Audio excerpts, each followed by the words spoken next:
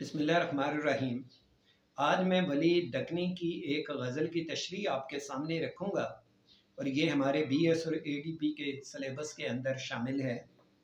पहले मैं गज़ल के अशार पढ़ देता हूँ, उसके बाद इसकी मुख्तसर सी तशरीह पेश करूँगा।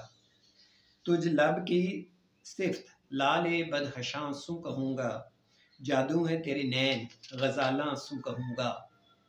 दी बादशाही हक ने तुझे हुस्ने नगर की, यो किश्वर ईरा में सुलेमान सु कहूँगा। तारीफ तेरे कद की अलफवार सरी जिन, तारीफ तेरे कद की अलफवार सरी जन, जा सर्वे गुलिस्तां को खुश इल्हां सु कहूँगा। देखा हूँ तुझे ख्वाब में एमायाए खूबी, इस ख्वाब को जा यूसुफ़े किन आंसू कहूँगा। और यक नुक्ता तेरे सफ़ाए रुख पर नहीं बेजा, इस मुख को तेरे सफ़ाए कुरआन सु कहूँगा। बेसब्र ना हो ए वली इस दर्द सु हरगिज़, जीता हूँ तेरे दर्द में दरमा सु कहूँगा। तो वली दक्नी की ये गज़ल है और वली दक्नी को उर्दू गज़ल का बाब आदम भी कहा जाता है और वो तकरीबन आज से 350 साल पहले के शायर हैं। और ये वो ज़माना था जब उर्दू ज़ुबान आहिस्ता आहिस्ता उर्दू ज़ुबान डेवलप हो रही थी। अभी उस तरह उर्दू ज़ुबान मारज़े वजूद में नहीं आई थी। वो रेख्ता का कुछ ना कुछ उस पर असर था। और रेख्ता के बारे में आप जानते ही हैं कि रेख्ता ऐसी शायरी को कहा जाता है जिसमें फ़ारसी और हिंदी अल्फाज की आमेज़श होती है। और यहाँ पे कुछ मकामी लहजों की भी आमेज़श थी, क्योंकि वह दक्कन के रहने वाले थे, तो दक्कन के लहजे का असर भी इसमें मौजूद है। तो उस निस्बत से इसमें कुछ मुश्किल अल्फाज भी हैं और कुछ उस दौर का लहजा भी इस गज़ल के अंदर मौजूद है। तो उस दौर के जो अल्फाज थे उनको आज के दौर में क्या कहा जाता है वो भी मैं आपको साथ साथ वाज़े करता जाऊँगा। जिस तरह उस दौर में आँखों को अखियाँ कहा जाता था या नैना कहा जाता था, इसी तरह से के लिए सू का लफ्ज़ था, के लिए कू का लफ्ज़ था, गऊ के लिए गाम का लफ्ज़ था। तो इसी तरह एक के लिए यक का लफ्ज़ ज़्यादा इस्तेमाल होता था। नाम की जगह नाम, ये जो पंजाबी का लफ्ज़ है ये बहुत करीब है। तो इस तरह थोड़ा बहुत फ़र्क था उस दौर की उर्दू में और आज के इस दौर की उर्दू में। तो अब शायर जो इस गज़ल में जो अपने इन अशार की तशरीह देख लेते हैं। मुख्तसर अंदाज में मैं ये तशरीह करूँगा। तुझ लब की सिफ्त लाल बदखशां सु कहूँगा। शायर इस पे अपने दोस्त के, अपने महबूब के होंठों की तारीफ़ करता है। लब होंठों को कहा जाता है और सिफ्त खूबी होती है। और लाल बदखशां, बदखशां का पत्थर, यानी बदखशां का जो पत्थर हैं वो बड़े मशहूर हैं। बदखशां एक शहर का नाम है। तो उसका जो पत्थर होता है वो सुर्ख रंग का होता है और उसमें चमक होती है। तो शायर उसकी बात करता है कि ऐ मेरे दोस्त, है मेरे महबूब, जो तेरे होंठों की खूबसूरती है उसकी मिसाल मैं लाले बदखशां के पत्थर के साथ दूंगा। यानी एक बड़ी अच्छी एक तशबीह शायर ने दी है। और जादू है तेरे नैन गज़ालां सु कहूँगा।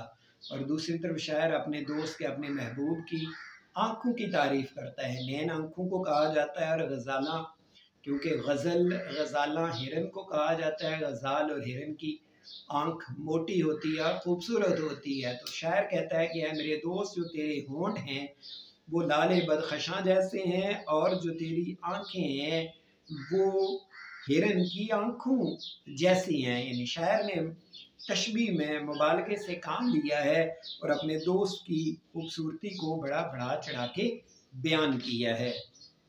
दूसरे शेर में आ जाए। दी बादशाही हक ने तुझे हुस्ने नगर की।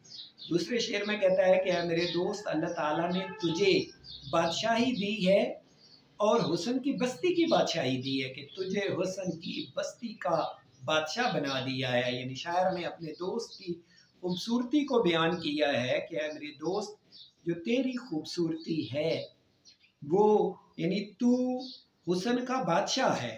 दी बादशाही हक ने, हक से मुराद अल्लाह ताला की ज़ात, तुझे हुस्ने नगर की, हुस्ने नगर से मुराद हुस्न की बस्ती, कि तू हुस्न की बस्ती का बादशाह है। और यू किश्वर ईरा में सुलेमान सु कहूँगा। और यहाँ पर शायर ने मिसाल दी हज़रत सुलेमान अलैहिस्सलाम की, क्योंकि हज़रत सुलेमान अलैहिस्सलाम को भी अल्लाह ताला ने दुनिया की बादशाही दी थी। और वो दुनिया की पूरी दुनिया की हुकूमत उनके पास थी, हत्ता के चरिंद परिंद जानवर जितनी भी मखलूक है जिन भी उनके मतहत थे। तो शायर कहता है कि एक तरफ हज़रत सुलेमान अलैहिस्सलाम की बादशाहत थी, उनकी हुकूमत थी जो पूरी दुनिया पर थी और वो बहुत खूबसूरत थी। वो सारी दुनिया के बादशाह थे, सारी दुनिया की लिविंग थिंग्स के बादशाह थे, तमाम जो मौजूद चीज़ें हैं उनके बादशाह थे। लेकिन ए मेरे दोस्त, है मेरे महबूब, तू मुजर्रद एब्स्ट्रैक्ट नाउन, जो ब्यूटी है वो एब्स्ट्रैक्ट नाउन में आती है, जो बाकी दुनिया है वो कंक्रीट ऑब्जेक्ट में या कंक्रीट नाउन में आती है, मटेरियल नाउन में आती है। तो शायर कहता है कि है मेरे दोस्त, तू एब्स्ट्रैक्ट यानी खूबसूरती का बादशाह है। और दूसरी तरफ हज़रत सुलेमान अलैहिस्सलाम थे, वो सारी दुनिया के बादशाह थे, दुनिया की मटेरियल थिंग्स के उन्हें बादशाह बनाया गया था। तो शायर कहता है कि यार मेरे दोस्त, जो मैं तेरी जो बादशाहत की मिसाल है वो हज़रत सुलेमान अलैहिस्सलाम की बादशाहत की मिसाल के साथ देता हूँ। इसके बाद तीसरे शेर पे आ जाए, तारीफ तेरे कद की अलफ वार सरी जन। आगे शायर अपने महबूब के कद की तारीफ करता है। शायर कहता है कि जो तेरा कद है वो उर्दू हरूफ तहजी के अलिफ जैसा है। ये जो अलिफ है ये बिल्कुल स्ट्रेट होता है। तो शायर कहता है कि जो मेरा दोस्त है, मेरा महबूब है, उसका कद भी बिल्कुल इसी तरह लंबा है जिस तरह तमाम जो हरूफ हैं उर्दू तहजी के उनमें अलिफ की हाइट सबसे ज़्यादा होती है। तो शायर अपने महबूब के उस कद की तारीफ़ करता है और कहता है कि मैं महबूब के उस कद पर मैं अपनी सारी जान वार दूँ, अपनी ज़िंदगी कुर्बान कर दूँ। यानी सरी जन से मुराद यहाँ पर सारी जान भी हो सकता है, इससे मुराद महबूब भी हो सकता है। तो शायर उसके कद की तारीफ़ करता है, लेकिन साथ मिसाल क्या देता है, जा सरबे गुलिस्तां को हुश अलहां सु कहूँगा। हुश अलहान कहते हैं अच्छी आवाज़ वाले, और सरब जो होता है वो सरू का दरख्त होता है, जिसे मोस्टली सरू भी कहा जाता है इसका, क्योंकि जो हाइट है वो बहुत ज़्यादा होती है और ये बिल्कुल सीधा ऊपर की तरफ जाता है। तो शायर कहता है, और ये डार्क ग्रीन कलर का होता है। यानी जो सर्ब है, सर्ब का मतलब भी गहरा सब्ज रंग लिया जाता है। तो शायर कहता है कि है मेरे दोस्त, है मेरे महबूब, तेरा कद सर्ब के उस दरख्त के मानिंद है। फिर साथ ये कहता है कि जिस तरह वो सर्ब का दरख्त है और उस पर खूबसूरत परिंदे आके बैठते हैं, कुमरी है, फाख्ते हैं, फाख्ताएँ हैं, वो उस पर अपना घोंसला बना लेती हैं और उनकी आवाज़ बड़ी खूबसूरत होती है। तो शायर कहता है कि मेरे दोस्त, तेरी आवाज़ भी उन्हीं आवाज़ों जैसी है। यानी एक ही शेर में दो तशबीहात दे देता है, एक कद की तशबीह, एक आवाज़ की तशबीह। यानी कद जो है तुम्हारा वो अलिफ जैसा है और सरू के दरख्त जैसा है, और जो तेरी आवाज़ है वो उस दरख्त पर बैठे हुए परिंदों जैसी है। और अभी यहाँ पर भी आपको ये परिंदों की आवाज़ें आ रही होंगी। अलहान आवाज़ को कहते हैं, लहन का जो लफ्ज़ है वो आवाज़ के लिए इस्तेमाल होता है। यानी शेर में शायर अपने दोस्त की आवाज़ की और कद की तारीफ़ करता है। आगे चौथा शेर, देखा हूँ तुझे ख्वाब में माया एक खूबी। तो शायर कहता है कि खूबसूरत इंसान, मैंने तुझे ख्वाब में देखा है। अब शायर अपने इस ख्वाब की तशबीह देता है हज़रत यूसुफ अलैहिस्सलाम के ख्वाब के साथ। कहता है कि एक हज़रत यूसुफ अलैहिस्सलाम ने भी ख्वाब देखा था, और देखा हूँ तुझे ख्वाब में एमाए खूबी, इस ख्वाब को जो यूसुफ किन आंसू कहूँगा। तो शायर ये कहता है कि जिस तरह हज़रत यूसुफ अलैहिस्सलाम ने ख्वाब देखा था बचपन में, और चाँद सितारे उनको सजदा कर रहे हैं, और फिर उन्हें उस ख्वाब की ताबीर मिल गई थी। शायर कहता है कि मैंने भी ये दोस्त तुझे ख्वाब में देखा है, तो मुझे उम्मीद है कि मुझे भी मेरे ख्वाब की ताबीर मिलेगी और मेरा भी ये ख्वाब सच्चा ही होगा और मैं तुझे हासिल कर लूँगा।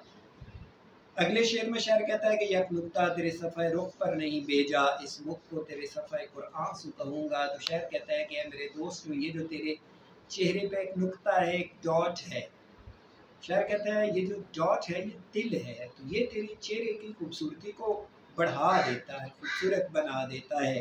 तो ये जो नुक्ता है ये बेजा नहीं है, बल्कि ये तेरे चेहरे की खूबसूरती को बढ़ाता है। लेकिन आगे शायर कहता है, इस मुख को तेरे सफ़ाई कुरान से कहूँगा।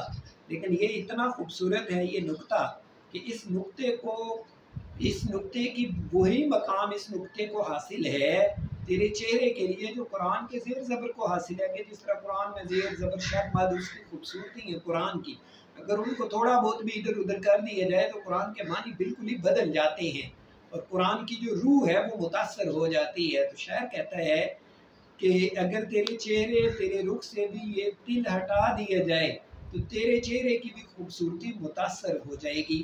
और मैं यहाँ पर वो लोग जो सिलेबस सेलेक्ट करते हैं मैं उनसे ये रिक्वेस्ट करूँगा कि इस तरह के अशआर को सिलेबस में शामिल ना किया जाए, क्योंकि इनकी तशरीह करते हुए कहीं ना कहीं कोई बेअदबी या गुस्ताखी का अंसर आ जाता है या स्टूडेंट लिखते हुए कोई बेअदबी या गुस्ताखी कर सकते हैं। तो लिहाजा वो शायरी जो कहीं ना कहीं मजहब से जाके टकराती है या जिसमें इबहाम होता है, ज़ुबानी होता है, तो उस तरह की चीज़ों को सिलेबस में शामिल ना किया जाए। और इसका जो आखिरी शेर है, बेसब्र ना हो वली इस दर्द सु हरगिज़, जीता हूँ तेरे दर्द में दरमा सु कहूँगा कि ए वली तू परेशान ना हो, तो बेसब्र ना हो। तुझे अगर तेरे महबूब का दुख गम है तो तुझे परेशान नहीं होना, तो सब्र करेगा। इन अल्लाह मास्साबिरीन, अल्लाह सब्र करने वालों के साथ होता है। और तेरा जो सब्र जब करेगा तो तेरे दुखों का मदावा होगा और जो तेरा महबूब है वो तेरा मालिज है और वो तेरे दुख गम दूर करेगा, तेरे दुखों का इलाज करेगा। जीता हूँ तेरे दर्द में दरमासू कहूँगा। तो शायर कहता है कि ए मेरे महबूब, वो तेरी मोहब्बत का जो दर्द है वही मेरी ज़िंदगी है। तो एक शेर मुझे याद आ रहा है, शायद अल्फाज का थोड़ा हेर फेर हो, मैं वो शेर सुना के तो बात ख़त्म करूँगा। वो शेर बिल्कुल इसके साथ मिलता जुलता है कि जब तक कोई हमदर्द ना था तो दिल में कोई, जब तक कोई हमदर्द ना था तो दिल में कोई दर्द ना था, फिर एक हमदर्द मिला उसी से सारा दर्द मिला। तो ये थी वली दखनी की इस गज़ल की तशरीह, क्योंकि ये पुराने दौर की है और आज से तकरीबन 350 साल पहले लिखी गई है और उर्दू के इब्तदाई दौर की लिखी हुई है गज़ल है।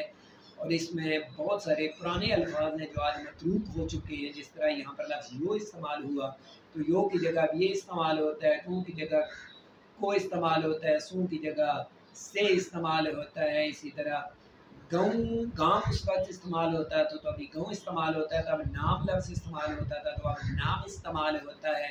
इसी तरह तब अखियाँ लफ्ज़ इस्तेमाल होता था तो अब आँखें इस्तेमाल होता है। और भी बहुत सारे ऐसे अल्फाज हैं जो अब मतरूक हो चुके हैं और आज की उर्दू में वो लफ्ज़ इस्तेमाल नहीं होते। बहरहाल मैंने कोशिश की कि वो अल्फाज भी, उन अल्फाज की भी तशरीह आपके सामने रखूँ। बाकी इस गज़ल के अंदर तशबीहात हैं, तलमीहात हैं, यानी सनाए बदाए का इस्तेमाल भी है। और इसके अलावा इस गज़ल में मुबालगा अलग बहुत ज़्यादा है, बातों को बड़ा बढ़ा चढ़ा के इस्तेमाल किया गया है। मुबालगे से मुराद इंग्लिश में जो सुपरलेटिव एडजेक्टिव की फॉर्म होती है वो है कि आप किसी बात को बहुत ज़्यादा बढ़ा चढ़ा के बयान करें। तो शायर ने भी यहाँ पर जो तशबीहात दी हैं वो बड़ी बढ़ा चढ़ा के बयान की हैं। बहरहाल अगले लेक्चर में वली दखनी की अगली गज़ल की तशरीह के साथ फिर हाजिर होगा। तब तक के लिए अल्लाह हाफिज़।